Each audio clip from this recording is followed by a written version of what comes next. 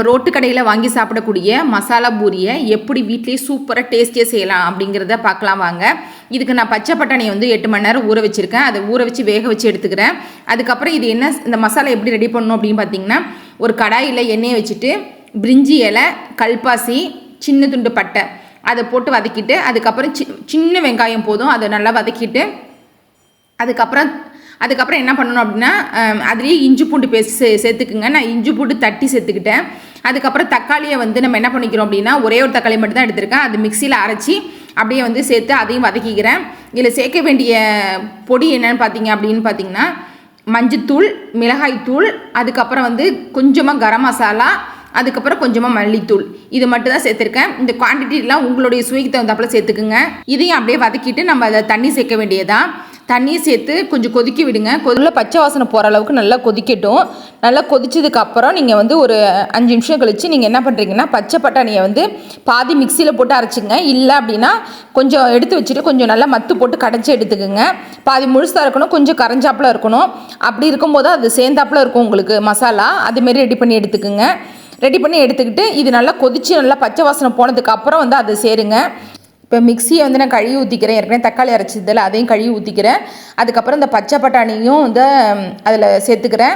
இது வந்து பாதி அரைச்சது பாதி முழுசாக இருக்கிறது அப்படியே சேர்த்துக்கிறேன். இது நல்லா கொதிக்கட்டும். இப்போ வந்து நான் பச்சை பட்டாணியை உப்பு போட்டு வேக வச்சுருக்கேன்.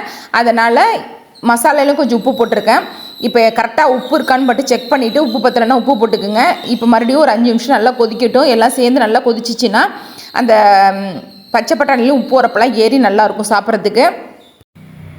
இப்போ கடைசியில் இதில் சேர்க்கக்கூடிய 2 பொருள் தான் அதுக்கு வந்து நல்ல ஒரு டேஸ்ட்டு கொடுக்கும். அது என்ன அப்படின்னு பார்த்தீங்கன்னா, நம்ம வந்து கடைசியில் என்ன சேர்க்கணும் அப்படின்னு பார்த்தீங்கன்னா, இப்போ நான் கொத்தமல்லி போடுறேன். இதுக்கப்புறம் வந்து கார்ன்ஃப்ளவர் மாவு வந்து தண்ணியில் கரைச்சி எடுத்துக்கிறேன்.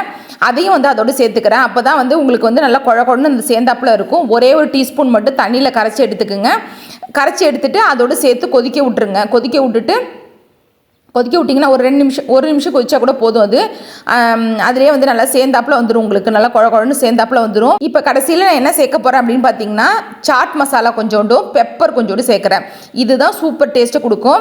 இப்போ இந்த பானிபூரியெலாம் வந்து உடச்சி எடுத்துக்கிறோம். அப்போ அதே போல் இந்த கார்ன்ஃப்ளெக்ஸ் இருக்கும்ல, அதையும் சேர்த்துக்கிறோம். அதோட உங்களுக்கு ஓமப்பொடி, தக்காளி அதெல்லாம் சேர்த்துக்கலாம் அதில். நெக்ஸ்ட்டு வந்து அந்த கிரேவியை வந்து இதில் எடுத்து ஊற்றி அதுக்கு மேலே வந்து டாப்பிங்ஸில் வந்து ஆனியன், கொஞ்சம் கொத்தமல்லி அதெல்லாம் சேர்க்க வேண்டியதான். ரொம்ப ரொம்ப டேஸ்டியாக ரோட்டு கடை மசாலா பூரி ரெடி ஆகிடுச்சு. நீங்களும் வந்து இதேமாரி செஞ்சு பாருங்கள். ரொம்ப ரொம்ப டேஸ்டியாக அந்த கடையில் வாங்கி சாப்பிட்ற மாதிரியே இருக்கும். கண்டிப்பாக ட்ரை பண்ணிவிட்டு எனக்கு வந்து ஃபீட்பேக் கொடுங்க. கண்டிப்பாக சப்ஸ்கிரைப் பண்ணிக்கோங்க, லைக் பண்ணுங்கள், ஷேர் பண்ணுங்கள், கமெண்ட் பண்ணுங்கள். தேங்க்யூ.